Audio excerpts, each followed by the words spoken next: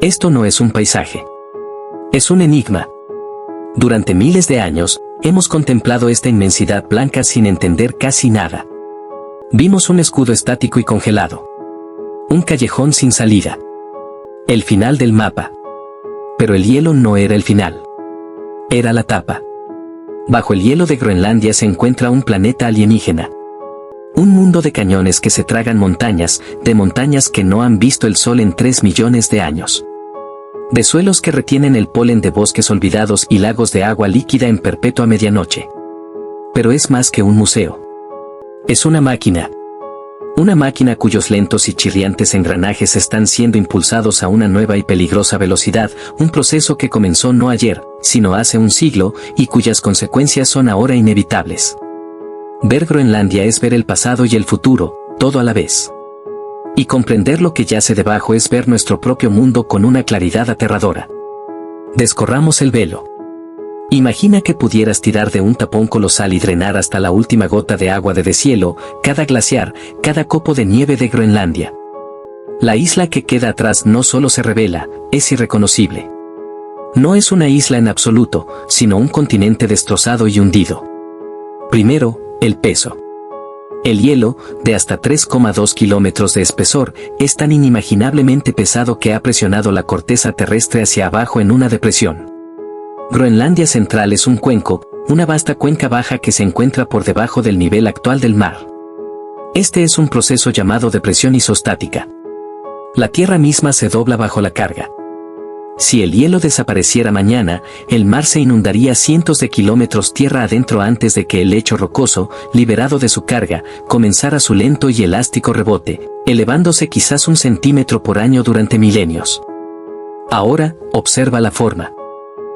Sin el hielo, Groenlandia se revela como un anillo ahogado e irregular. Su costa es una fortaleza de montañas escarpadas, una columna vertebral continua conocida como las montañas marginales de la capa de hielo de Groenlandia. Este es el borde de la cuenca. Dentro de ese borde, el terreno se hunde en ese interior deprimido, cortado por la característica más dramática del planeta que nunca has visto, el cañón del noreste de Groenlandia. Esto no es una característica de hielo. Es un fósil. Descubierto apenas en 2013 mediante el análisis de décadas de datos de radar, es un megacañón de más de 750 kilómetros de largo. Para la escala, eso es más largo que todo el Gran Cañón del río Colorado.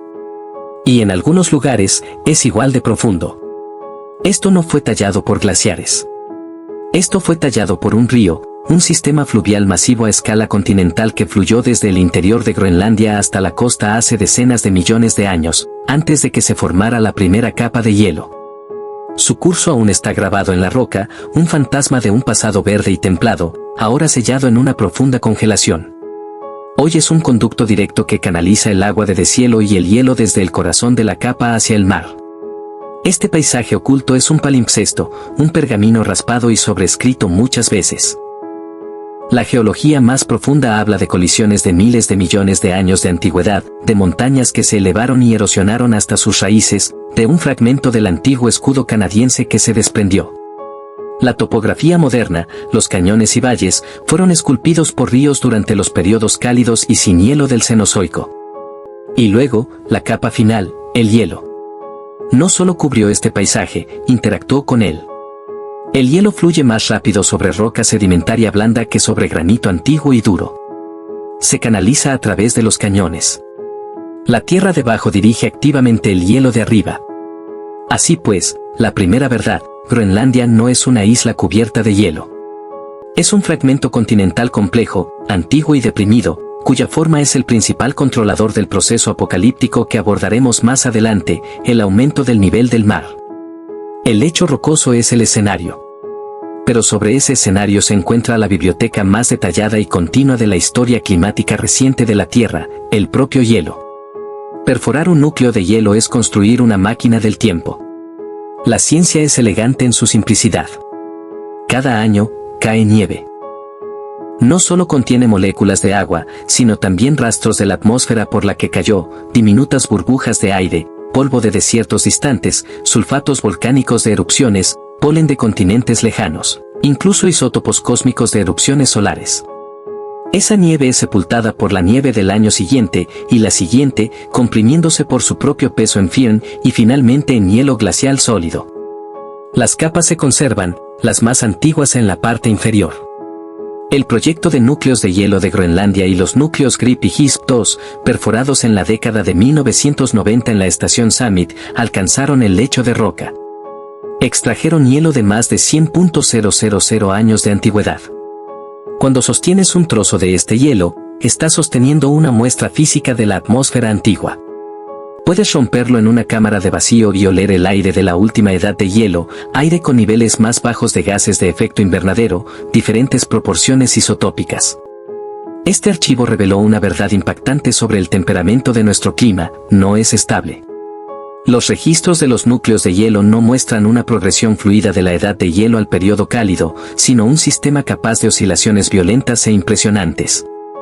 El descubrimiento más sorprendente fue el de los eventos Dansgaard-Oeschger. Se trata de episodios de calentamiento abrupto, en los que las temperaturas sobre Groenlandia se dispararon entre 10 y 15 grados Celsius en décadas, quizás menos, seguidos de un enfriamiento más lento. Esto ocurrió más de 2 docenas de veces durante el último periodo glacial. Nos indica que nuestro sistema climático tiene puntos de inflexión, detonantes y ciclos de retroalimentación que pueden cambiar a un nuevo estado con una velocidad aterradora. El hielo es una advertencia. Pero el descubrimiento más profundo proviene del fondo de los núcleos y de muestras extraídas del lecho rocoso en la interfaz hielo-roca. Suelo antiguo. Y en él, biomateria fosilizada. A finales de la década de 1960, en una base militar secreta de la Guerra Fría llamada Camp Century, el ejército de Estados Unidos perforó un núcleo de hielo con fines de ingeniería. En el fondo, encontraron limo, ramas y hojas. Los datos fueron prácticamente olvidados.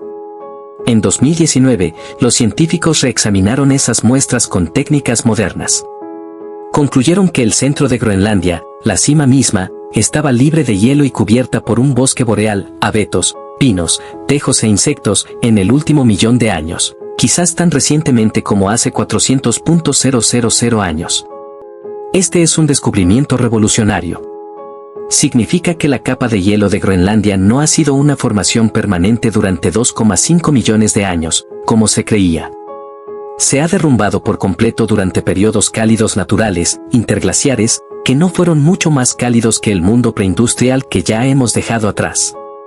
La capa de hielo es mucho más frágil y se ha perdido en condiciones mucho más cercanas a las nuestras de lo que preveían nuestros modelos.